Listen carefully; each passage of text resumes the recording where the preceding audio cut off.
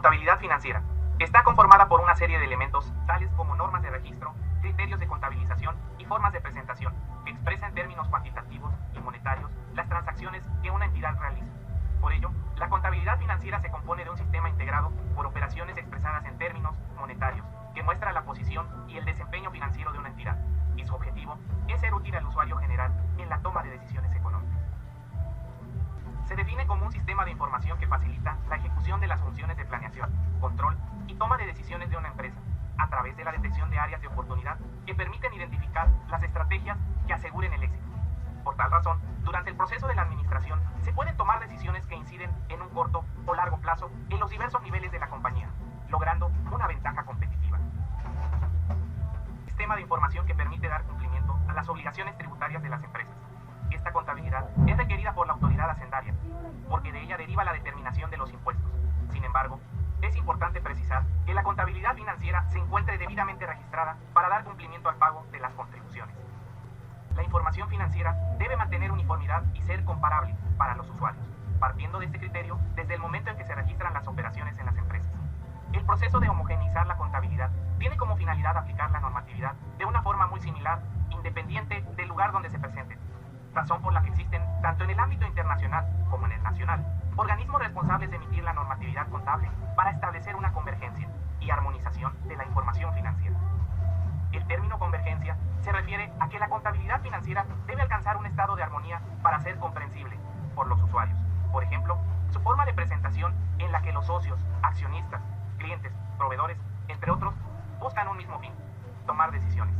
Entonces, la normatividad contable es un marco de referencia para emitir los estados financieros. Internacionales de información financiera, NII, o IFRS por sus siglas en inglés, son el conjunto de principios y estándares internacionales que establecen los requisitos para reconocer, evaluar, presentar y revelar las transacciones y hechos económicos de una empresa a través de sus estados financieros. Antes de mencionar el organismo internacional que regula la contabilidad en el mundo, es indispensable saber que su internacionalización se debe a que las compañías multinacionales requieren de converger su información financiera y contable, con la finalidad de que la dirección tome el control sobre las decisiones de la entidad. El entorno de la globalización hace partícipe a las empresas en la internacionalización, debido a que nacen las oportunidades de importar o exportar por el mundo. En este sentido, se crea en el año 2001 el organismo internacional que tiene la función de regular la contabilidad. Es el Consejo de Normas Internacionales de Contabilidad, IAS por sus siglas en inglés, y bajo la supervisión del Comité de Normas Internacionales de Contabilidad, IAS por sus siglas en inglés, creado en el año 2000. Los objetivos del IAS son los siguientes: desarrollar las normas contables con carácter global, de calidad, comprensibles y obligatorias, promoviendo el interés público con la finalidad de hacer comprensibles los estados financieros para que los usuarios de la información tomen decisiones económicas, promover su uso y aplicación obligatoria, atender las necesidades de las pequeñas, medianas y grandes empresas para que cumplan con la adopción de sus normas, llevar a la convergencia las normas nacionales, normas internacionales de contabilidad y las normas internacionales de información financiera. Son el marco conceptual y lineamientos bajo los cuales se elabora y presenta la información de los estados financieros en México, las cuales se encuentran avaladas por el Consejo Mexicano para la Investigación y Desarrollo de Normas de Información Financiera, CNIF. El CNIF es quien emite la normatividad de manera objetiva, transparente, confiable y de calidad. Pero su finalidad principal de implementar la NIF es proveer a los usuarios de información financiera comparable, útil para la toma de decisiones. Finalmente, es importante resaltar que la información financiera se elabora conforme a los postulados de contabilidad nacionales o internacionales, cuyo resultado es el mismo: obtener información de las transacciones o hechos económicos para alimentar el sistema de registro y mantener el control en la entidad. Esta información puede ser examinada y dictaminada por contadores públicos, quienes emitirán su opinión sobre la razonabilidad de la información financiera de la compañía, dando mayor certeza a los usuarios. Con la norma de información financiera A2, NIF A2, los postulados básicos son fundamentos o principios que rigen el ambiente del sistema de información contable, a través del cual se prepara la información financiera y se emiten los estados financieros. Además, los postulados se conforman por criterios generales que deben observarse en cada una de las operaciones contables. La NIF A2 comprende los siguientes postulados básicos: sustancia económica, entidad económica, negocio en marcha, devengación contable, asociación de costos y gastos con ingresos, valuación, dualidad económica y consistencia. Sustancia económica obliga a captar la esencia económica en la delimitación y operación del sistema de información contable, así como el reconocimiento contable de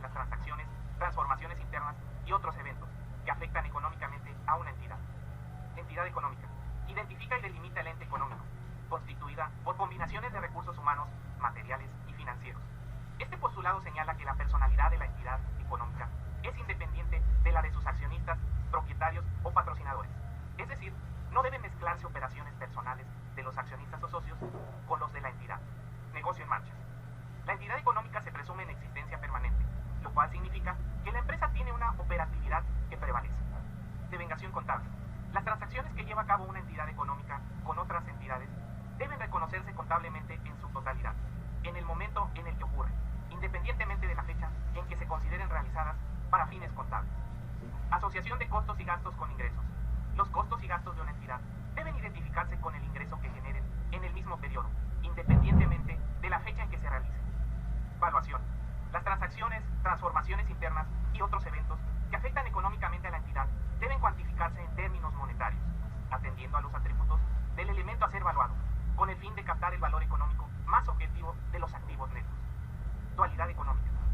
La estructura financiera de una entidad económica está constituida por los recursos de los que dispone para la consecución de sus fines y por las fuentes para obtener dichos recursos, ya sea propias o ajenas. Consistencia. Ante la existencia de operaciones similares en la entidad, debe corresponder un mismo tratamiento contable, el cual debe prevalecer a través del tiempo, en tanto no cambie la esencia económica de las operaciones.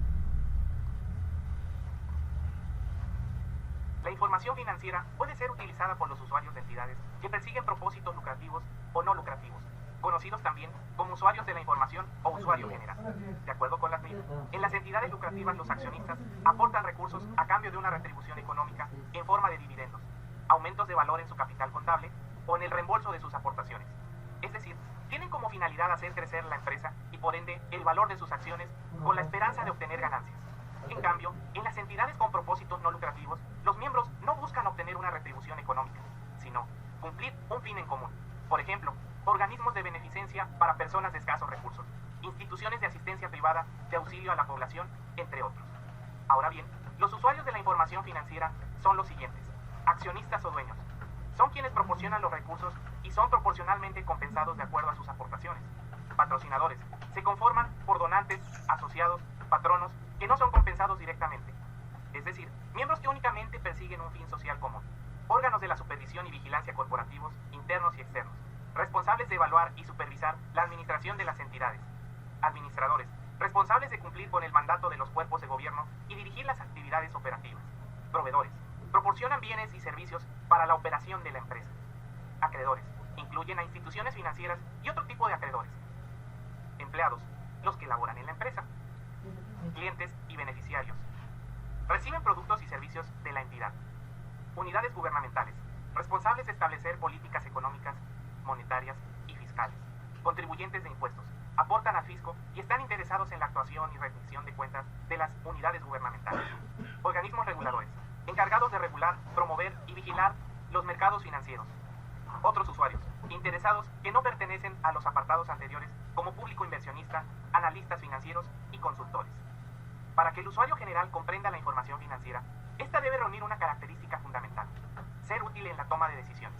Además, debe conformarse por otras características cualitativas primarias, tales como confiabilidad, relevancia, comprensibilidad, comparabilidad. A su vez, estas se conforman de características cualitativas secundarias: veracidad, representatividad, objetividad, verificabilidad, información suficiente, posibilidad de predicción y confirmación e importancia relativa. Bienvenidos al módulo 2, estudio de la cuenta. De acuerdo a los postulados que se abordaron en la sección anterior, todo negocio debe registrar las transacciones económicas que surgen del hecho de intercambiar dinero por un producto o servicio. Este registro se lleva a cabo en la cuenta. De esta manera, se tiene el pleno conocimiento de todo aquel efectivo que entra o sale del negocio. Quédate con nosotros y aprende el uso e implementación que tiene la cuenta en la contabilidad de una empresa.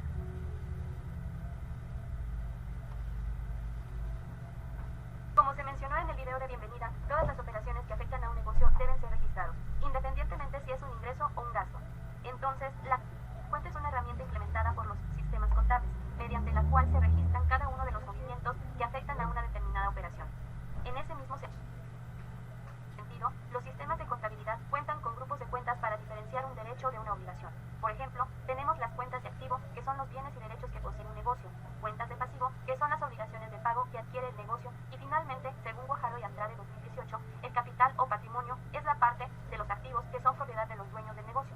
Más adelante te mostraremos cómo se determina el capital contable o patrimonio neto.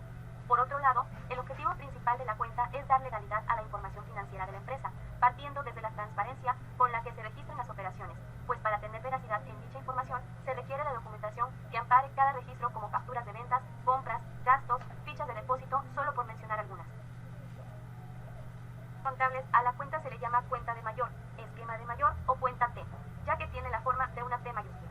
Se emplea para explicar de forma gráfica el registro de las operaciones económicas de cada cuenta que afectan a un negocio. A esos registros contablemente se les denomina asientos contables. Los asientos contables se realizan aplicando a esas transacciones las cuentas de activo, pasivo o capital, según la situación de cada operación, y mediante la utilización adecuada, cada cuenta aumenta o disminuye el saldo por la afectación de las operaciones económicas. Muy similar a un libro abierto en el que en la parte superior se coloca el nombre para distinguir cada transacción u operación. A las transacciones u operaciones monetarias registradas en la parte izquierda de la cuenta se le conoce como debe, cargo o débito. A las transacciones u operaciones monetarias registradas en la parte derecha de la cuenta se le conoce como haber, abono o crédito. La suma de la cantidad de registros efectuados en el debe dan como resultado un movimiento deudor. La suma de la cantidad de registros efectuados en el haber dan como resultado un movimiento acreedor. Por lo tanto, al enfrentar ambos movimientos, la diferencia que sea mayor determinará si se trata de un saldo deudor o un saldo acreedor. Representación de los movimientos deudores y movimientos acreedores.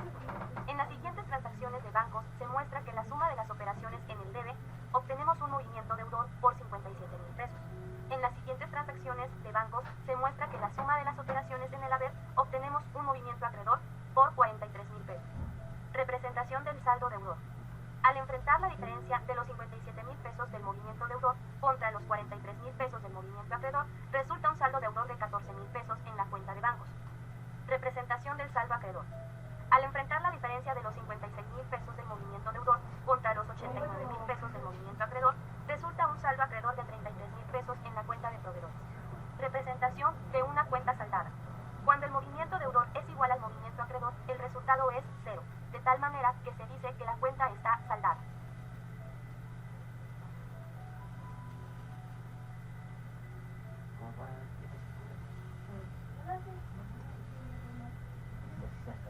De cada una de las cuentas que integran el activo, el pasivo, el capital contable, los ingresos y los egresos de una compañía, cuyo objetivo es estructurar de forma sistemática los registros contables, la clasificación y aplicación de las operaciones de acuerdo con las actividades que efectúa la empresa. Con los programas informáticos para registrar la contabilidad, hoy en día es más fácil organizar el catálogo de cuentas y adecuarlo al giro de la compañía. Además, es importante mencionar que para su manejo no requiere de una alta especialización contable. Sin embargo, su estructuración de acuerdo con la naturaleza de las cuentas es primordial, ya que esto podría afectar la información de los estados financieros, arrojando datos erróneos.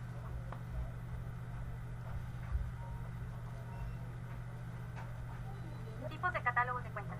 El catálogo de cuentas es una lista ordenada y pormenorizada de cada una de las cuentas que integran el activo, el pasivo, el capital contable, los ingresos, los costos y los egresos de una entidad. Este se requiere para el control de sus operaciones. El diseño y estructura del catálogo de cuentas puede variar por el giro de la empresa. Sin embargo, para su elaboración debe hacerse un análisis profundo y sistemático de las operaciones presentes y futuras, ya que su estructura debe ser útil para que los usuarios comprendan fácilmente los movimientos contables que efectúa la compañía. Gracias al desarrollo de programas informáticos, en el mercado se han creado sistemas de paquetería contable que permiten llevar la contabilidad de las empresas de una forma más fácil y rápida. Para ello, tiene prediseñado un catálogo de cuentas general o específico, si se tratase de empresas comerciales, de servicios, entre otras. Lo cierto es que cualquiera de esos catálogos cumplen con el objetivo de preparar los estados financieros. Cabe mencionar que para identificar las cuentas contables, su estructura de codificación puede ser de tres tipos: catálogo numérico, catálogo alfabético y catálogo alfanumérico. El catálogo numérico se identifica porque la cuenta se compone únicamente de números.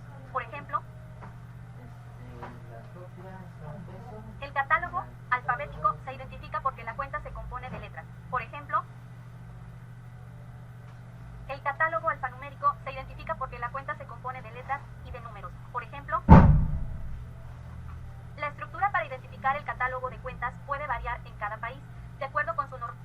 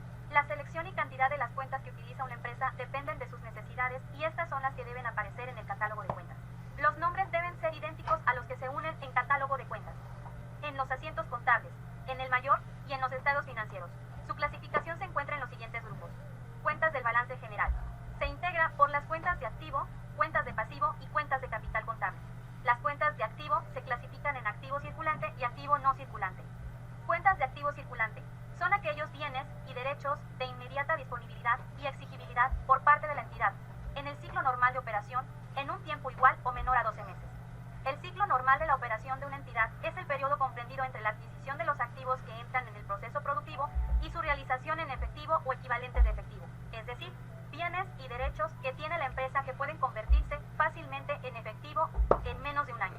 Las partidas del activo circulante son efectivo y equivalentes de efectivo, las cuales se conforman por las cuentas de mayor, tales como caja, fondo fijo de caja chica, bancos, instrumentos financieros. Su cuenta de mayor es instrumentos financieros, cuentas por cobrar. Sus cuentas de mayor son clientes, estimación de cuentas incobrables, documentos por cobrar y deudores diversos. Inventarios. Su cuenta de mayor es inventarios. Pagos anticipados. Su cuenta de mayor son papelería y útiles, propaganda y publicidad, primas de seguros y fianzas y rentas pagadas por anticipado. Cuentas de activo no circulante. Son aquellas que no son recuperables en el ciclo normal de operaciones, es decir, el plazo es mayor a 12 meses. Las partidas del activo no circulante son propiedades, planta y equipo. Sus cuentas de mayor son terrenos, edificios, equipo de transporte, mobiliario y equipo de oficina, equipo de cómputo, equipo de reparto y maquinaria. Intangibles. Las cuentas intangibles son derechos de autor, marcas y patentes. Las cuentas de pasivo se clasifican en pasivo circulante y pasivo no circulante. Cuentas de pasivo circulante. Son aquellas deudas y obligaciones que se espera liquidar en el ciclo normal de operaciones de la entidad, es decir, igual o menor a 12 meses. Las cuentas de mayor del pasivo circulante son proveedores, préstamos bancarios, documentos por pagar, acreedores diversos, sueldos por pagar, anticipo de clientes, impuestos y derechos por pagar. Cuentas de pasivo no circulante. Son los pasivos financieros que proporcionan financiamiento o se liquidarán a largo plazo, es decir, no forman parte del capital de trabajo utilizado en el ciclo normal de operación de la entidad. Las cuentas de mayor del pasivo no circulante son acreedores diversos a largo plazo, cuentas por pagar a largo plazo, rentas cobradas por anticipado y beneficios a los empleados. Cuentas de capital contable. Surgen por aportaciones de los propietarios por transacciones y otros eventos o circunstancias que afectan a una entidad. Como se abordó en un inicio, es el valor residual de los activos de la entidad, una vez deducidos todos sus pasivos. Las cuentas de capital contable se clasifican en capital contribuido y capital ganado. El capital contribuido lo forman las cuentas de mayor de capital social, aportaciones para futuros aumentos de capital y primas en emisión de acciones. El capital ganado se integra por las cuentas de mayor de utilidades o pérdidas netas acumuladas, reserva de capital y otros resultados integrales. Cada transacción que realiza la entidad debe registrarse. Para ello, se debe identificar la operación, porque evidentemente esta operación involucra al menos dos cuentas, las cuales aumentarán o disminuirán originando una anotación en el cargo o en el abono.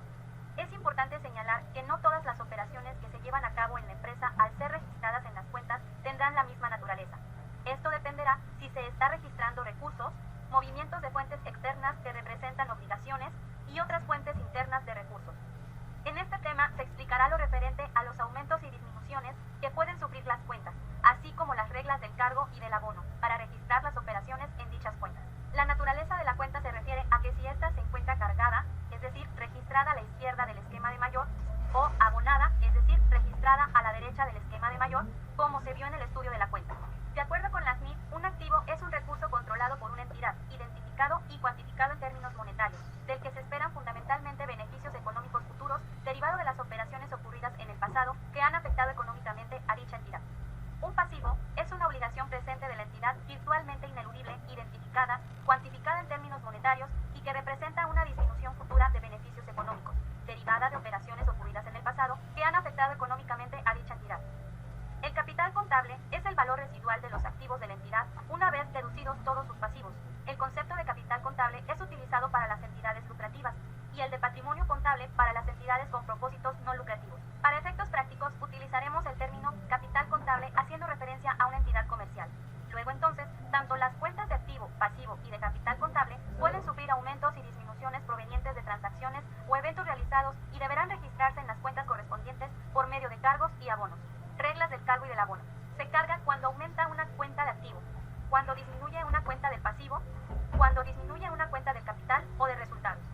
Se abona cuando disminuye una cuenta del activo, cuando aumenta una cuenta del pasivo y cuando aumenta una cuenta del capital o de resultados. Síntesis ilustrativa de las reglas del cargo y del abono. La partida doble consiste en registrar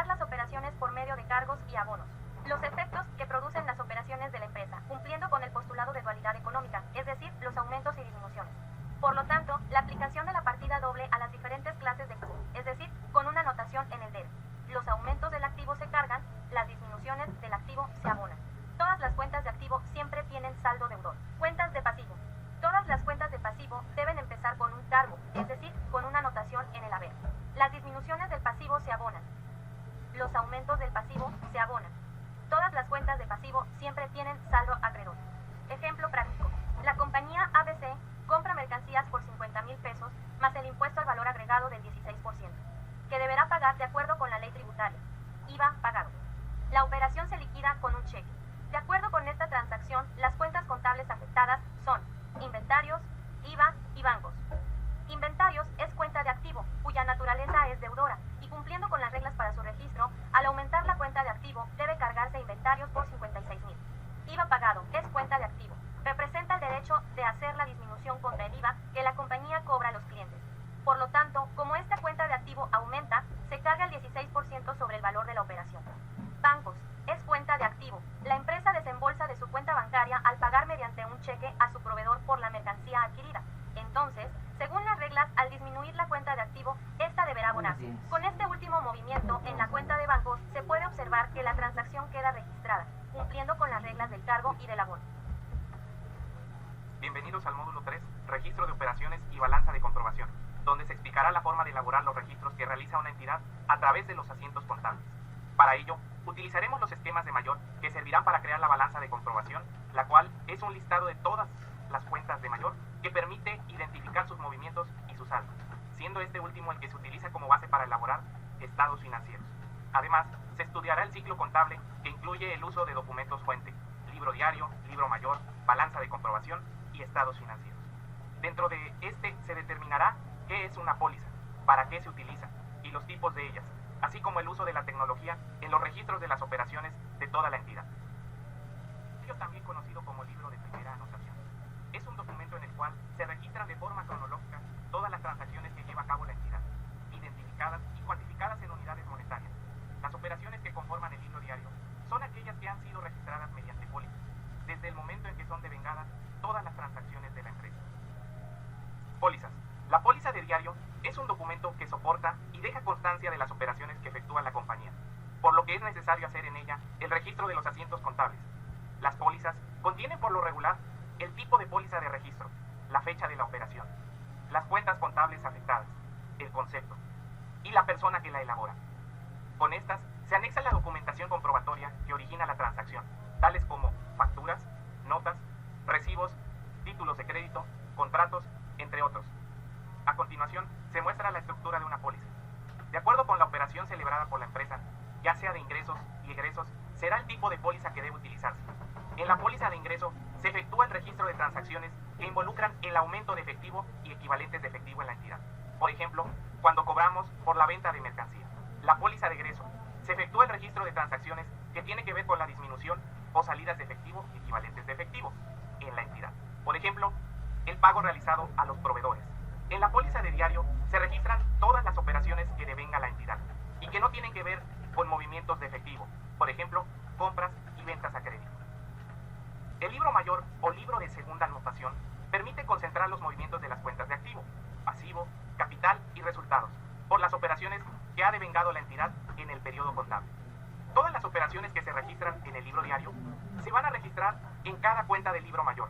Para efectuarlo de forma práctica se utiliza la cuenta T, o las que conocemos como esquemas de mayor. En el ejemplo que se muestra a continuación, se puede observar que el libro mayor es la cuenta T. El registro contable en una entidad inicia cuando se efectúan transacciones con otras compañías, donde ambas se ven afectadas por los eventos económicos, por lo que es necesario que tales operaciones se encuentren respaldadas con documentación comprobatoria. En ese momento se está devengando la operación y es fundamental proceder a su registro. La balanza de comprobación es un documento contable que muestra los saldos de los movimientos de las cuentas de mayor al terminar el periodo.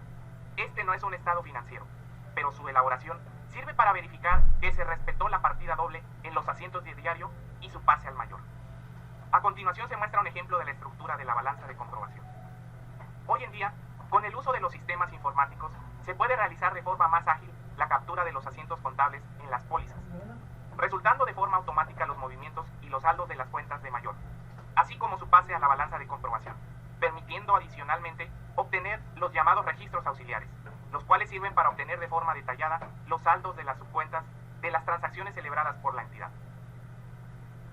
Hola, sean bienvenidos a la sección 4, Estado de Posición Financiera y Estado de Resultados Integrales. Como se ha venido viendo en los módulos anteriores, principales objetivos de la información financiera y contable es registrar las transacciones económicas que surgen en un negocio con la finalidad de que los usuarios tomen las mejores decisiones para el futuro del mismo. Sin embargo, estos registros no se muestran tal cual a los usuarios, sino que se representan por medio de reportes que son llamados estados financieros principales o primarios, y que contienen los elementos y características necesarias para interpretarlos. Acompáñanos para saber más sobre estos estados financieros.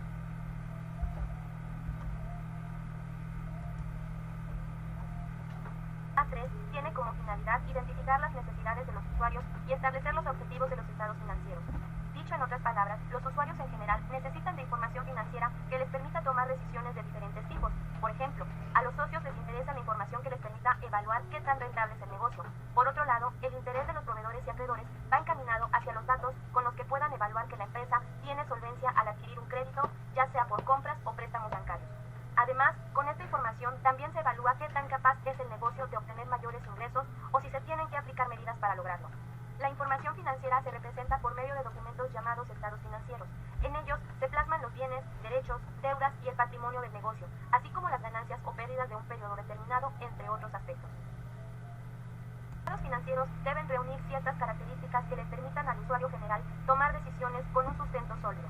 De acuerdo a la NIF A4, las características cualitativas que debe reunir la información financiera son confiable, relevante, comprensible y comparable. Ahora bien, como lo menciona la NIF A4, la información financiera es confiable cuando su contenido es coherente con las transacciones, transformaciones internas y sucesos económicos, y el usuario la usa para tomar decisiones con base en ella. Es decir, la confiabilidad no es algo que se representa tácitamente en la información financiera, sino que esa confiabilidad se le asigna al usuario al revisar y evaluar que lo que está plasmado en dichos informes son esas transacciones económicas que realmente afectan al negocio.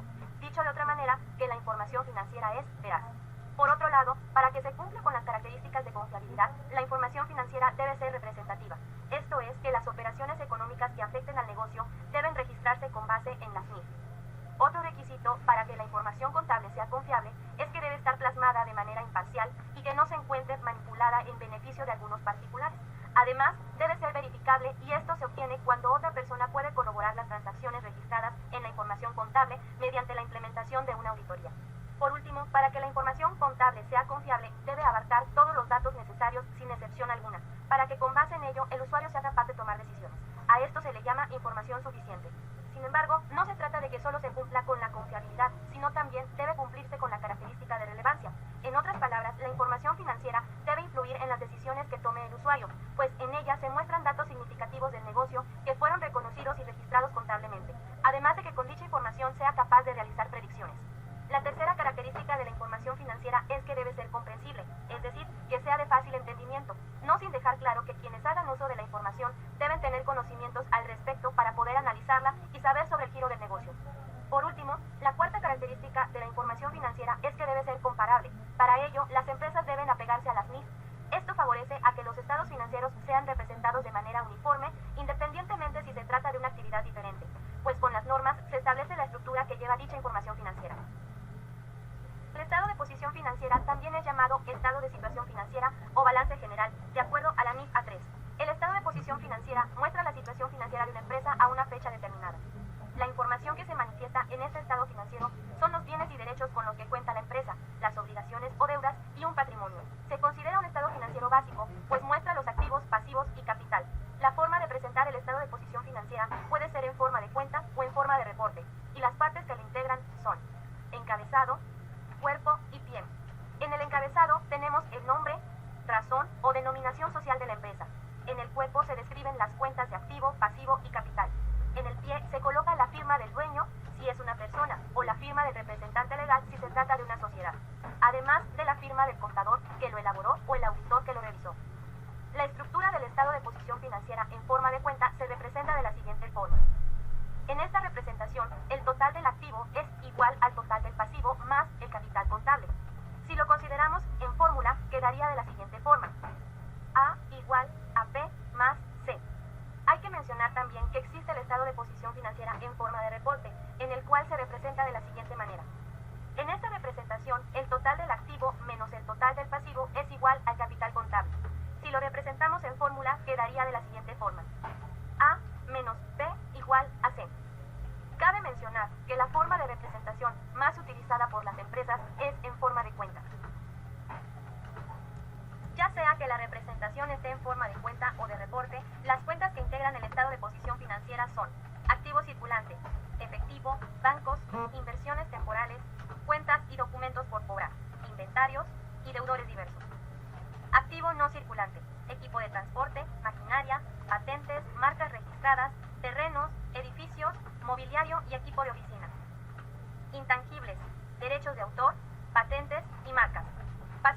plazo, proveedores, préstamos bancarios menores a un año, dividendos por pagar, impuestos por pagar y anticipo de clientes. Pasivo a largo plazo, documentos por pagar mayores a un año, préstamos bancarios mayores a un año y obligaciones, capital contable contribuido, capital social y aportaciones para futuros aumentos de capital. Capital contable ganado, utilidades retenidas y pérdidas acumuladas.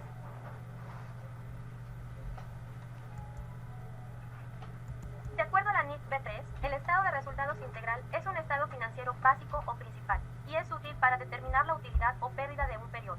Una vez determinado dicho resultado, su importe se lleva al estado de posición financiera, lo que se conoce como utilidad o pérdida neta. El estado de resultados integral detalla los ingresos, costos y gastos provenientes de las operaciones económicas del negocio. También detalla los cambios que hayan sufrido los activos y que afectan al estado de posición financiera. Si observamos el estado de resultados integral en fórmula, quedaría de la siguiente manera. Cabe mencionar que se le da el nombre de resultados del ejercicio debido a que este puede ser una utilidad o pérdida del ejercicio. La utilidad se obtiene cuando los ingresos fueron superiores a los costos y gastos. Por el contrario, la pérdida la obtenemos cuando los costos y gastos fueron superiores a los ingresos. Por otra parte, al igual que el estado de posición financiera, las partes que integran el estado de resultados integral son encabezado, cuerpo y pie. En el encabezado se describe el nombre, razón o denominación social y el periodo o ejercicio de que se trata. En el cuerpo se presentan de forma detallada los ingresos, menos los costos y gastos y la utilidad o pérdida determinada. En el pie se colocan los nombres de cargo y firma de quienes lo elaboraron y autorizaron. Asimismo, la estructura que debe seguir el estado de resultados integral es de la siguiente manera. Es importante que sepas que primero se elabora el estado de resultados integral y posteriormente con los datos obtenidos de este se elabora el estado de posición financiera. Bienvenidos al módulo 5, estado de variaciones en el capital contable y estado de flujos efectivos. Es un gusto saber que han recorrido cada módulo y que estamos por llegar a la meta. Comenzaremos revisando el estado de variaciones en el capital contable, donde se dará a conocer cuál es el principal objetivo de realizarlo, los elementos que lo integran y la estructura para su elaboración. Posteriormente, estudiaremos el estado de flujos de efectivo, en el que conoceremos el objetivo de emitirlo, los elementos que lo integran y su elaboración a través del método directo, para lo cual en ambos estados financieros efectuaremos el ejercicio práctico. El estado de variaciones en el capital contable, o también llamado estado de cambios en el capital contable, es un estado financiero básico que tiene como objetivo principal mostrar los cambios en la inversión de los accionistas de la empresa, lo que conocemos como capital contable. Afirma Romero que es un documento financiero que proporciona información útil al usuario, puesto que incluye los movimientos que afectan al capital contable de una entidad en un determinado periodo. En ello, se destaca el comportamiento de la administración en el logro de los objetivos, mostrando la utilidad o pérdida neta del ejercicio. Elaboración. El estado de cambios en el capital contable debe incluir lo siguiente: un encabezado que señale el nombre de la empresa, nombre del estado financiero, el periodo y las firmas. Además, incluir en el cuerpo información con los siguientes elementos básicos: saldos iniciales del capital contable. Se conforman por los valores de cada uno de los rubros del capital contable con los que la entidad inició el periodo. Movimientos de los propietarios. En este renglón deben mostrarse los movimientos que llevan a cabo los propietarios de la entidad en relación con su inversión en ella. Los movimientos de los propietarios más comunes son aportaciones de capital. Son los recursos que los propietarios entregan a su entidad, representan aumentos de su inversión y por ende aumentos del capital contable. Reembolsos de capital. Son recursos entregados por la entidad a sus propietarios debido a la devolución de sus aportaciones. Estos representan disminuciones de su inversión y por ende de su capital contable. Dividendos decretados. Es la distribución de las utilidades entre los propietarios de la entidad, teniendo como resultado una reducción en el capital contable. Resultado integral. Desglosa la información del resultado integral, la cual se compone a su vez por la utilidad o pérdida neta, los otros resultados integrales ORI y los saldos finales del capital contable. Por lo tanto, podemos decir que los elementos básicos son en sí los movimientos de los propietarios, movimientos de reservas y el resultado integral. Recordemos que el capital contable se integra por el capital contribuido y el capital ganado, razón por la que, al elaborar el estado de cambios en el capital contable, este debe mostrar una conciliación entre los saldos iniciales y finales del periodo de cada uno de los rubros que conforman al capital contable. A continuación, desarrollaremos el estado de cambios en el capital contable con los saldos obtenidos por la empresa en el estado de posición financiera al cierre de cada ejercicio.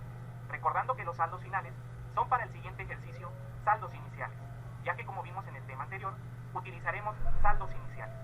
Los saldos del capital contable del estado de posición financiera los tomaremos de la resolución práctica que hemos desarrollado en el módulo 4. Supondremos que son del ejercicio y no del periodo de febrero. Esto con la finalidad de hacerlo más práctico y que les permita identificar los resultados que se comparan. Por otro lado, en el ejercicio que queremos generar el estado de flujos de efectivo, contamos con la siguiente información al cierre. Durante el año 20X2, la Condesa S.A. tuvo los siguientes movimientos en el capital contable. Traspaso de la utilidad del ejercicio a ejercicios anteriores por 13.500, menos las disminuciones por dividendos y la reserva del año 20X1. Un socio aporta 50.000. Se decretan dividendos por 6.000. Se retiene la reserva del año anterior, 20X1, por 675.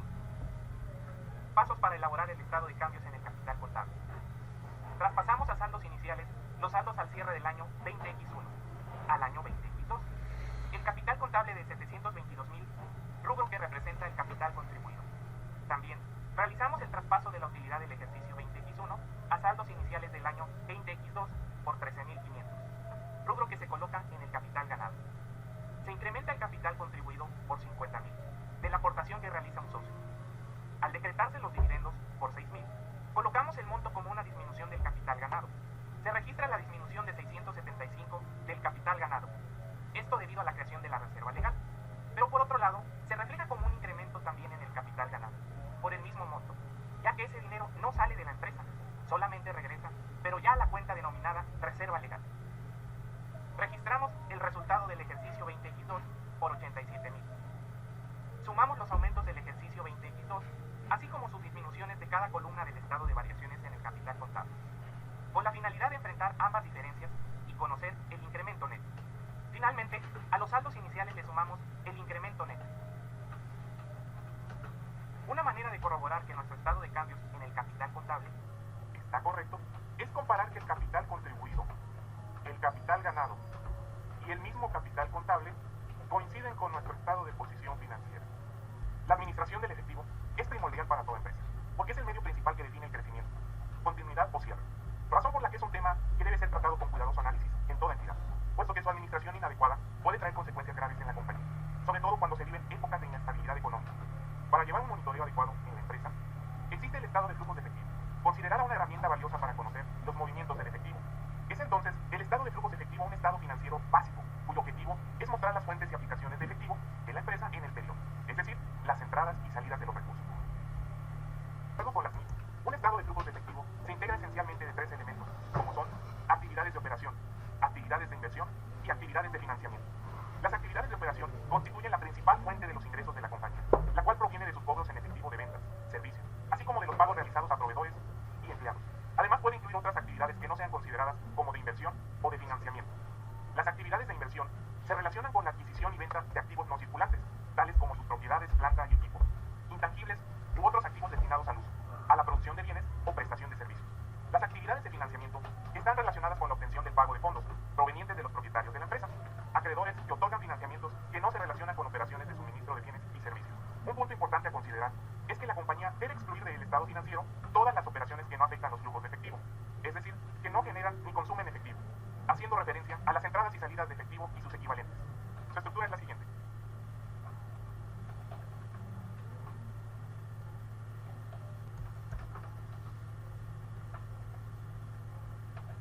Una entidad puede presentar el estado de flujos de efectivo con cualquiera de los dos métodos existentes y reconocidos por las MIP. El primero de ellos es el método directo, que consiste en presentar por separado las principales categorías de cobros y pagos en términos brutos. El segundo es el método indirecto. Consiste en que del balance inicial, estado de resultados y balance final se hace una hoja en la que se obtienen los aumentos y disminuciones de activo, pasivo y capital contable, que se reflejan en las variaciones. Desarrollaremos a continuación el siguiente ejercicio práctico para elaborar el estado de flujos de efectivo utilizando el método directo, ya que se trata de la presentación más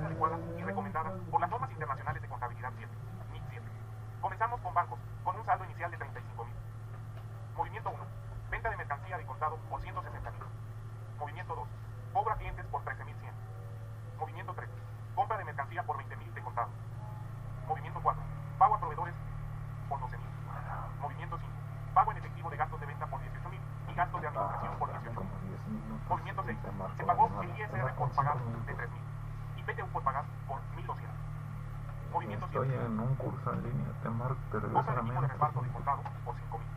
Movimiento 8. Se determina un aumento al capital social por 1.500. Movimiento 9.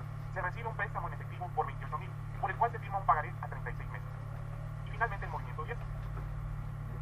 Se pagan intereses por 18.000. Primero, observemos que las transacciones 1 y 2 generan una entrada de efectivo. Esto permite aumentar el activo en bancos, es decir, es una aplicación de recursos. Sin embargo, este aumento o aplicación debe provenir de un origen, los cuales son la venta de mercancía y el cobro a clientes. Por su parte, el primero genera un aumento en la utilidad y el segundo una disminución de la actividad. Las transacciones 3, 4, 5 y 6 representan salidas de efectivo que disminuye el activo en bancos, y este origen de efectivo debe tener una aplicación. La compra aumenta los inventarios, el pago a proveedores disminuye el pasivo, los gastos de operación disminuyen la utilidad, y el pago de ISR por pagar y la PTU por pagar disminuyen el pasivo a corto plazo. Estas transacciones son aplicaciones de efectivo. Para la transacción 7, se presenta una salida de efectivo que disminuye el activo en bancos. Este origen de efectivo debe tener una aplicación. Se trata del aumento del activo no circulante, representado por la compra de equipo de reparto. En las transacciones 8 y 9 se presentan entradas de efectivo que aumentan el activo en bancos. El origen de la aplicación de este efectivo es la aportación de los socios. Aumenta el capital contribuido y, por otro lado, la obtención de un crédito a 24 meses aumenta el pasivo a largo plazo. Ambas transacciones son orígenes de efectivo. Finalmente, en la transacción 10 se presenta una salida de efectivo, la cual disminuye el activo en bancos. Su origen de efectivo tuvo una aplicación, que es el pago de intereses, ya que disminuye la utilidad. Ahora, veamos cómo queda el estado de flujos de efectivo. Actividades de operación. Tenemos cobro en efectivo a clientes por 173.100. Pagos en efectivo de proveedores de bienes y servicios que se representan con signo negativo por 32.000. Pago de gastos de operación por menos 36.000. Pago de impuestos a la utilidad por menos 3.000. Pago de beneficios a los empleados por menos 1.200. Lo cual, sus flujos netos de efectivo de actividades de operación son 100.900. Actividades de inversión. Compra de propiedades, planta y equipo por menos 5.000. Sus flujos netos de efectivo de actividades de inversión son menos 5.000. El efectivo excedente para aplicar en actividades de financiamiento resulta por 95.900. Actividades de financiamiento. Tenemos cobros por emisión de financiamiento por 1.500. Como 10 minutos, ¿no? Obtención de préstamos a largo plazo, 28.000. Pago de intereses, menos 18.000. Lo cual suma flujos netos de efectivo de actividades de financiamiento por 11.500. De esta manera obtenemos un incremento neto de efectivo por 107.400. El efectivo y equivalentes de efectivo al inicio del periodo comenzó con 35.000. Y finalmente, anotamos el efectivo y equivalentes de efectivo al final del periodo, 142.400. Es importante que las transacciones que incrementaron los flujos de efectivo, es decir, las entradas y salidas de efectivo, se sumen con signo positivo, y aquellas que disminuyeron los flujos de efectivo, es decir, las salidas de efectivo, se resten con signo menos. Se observa que el incremento neto de efectivo es de 107.400, el cual sumado al saldo inicial de efectivo de 35.000, da como resultado el efectivo y equivalentes de efectivo al final del periodo de 142.000, importe que será igual al saldo final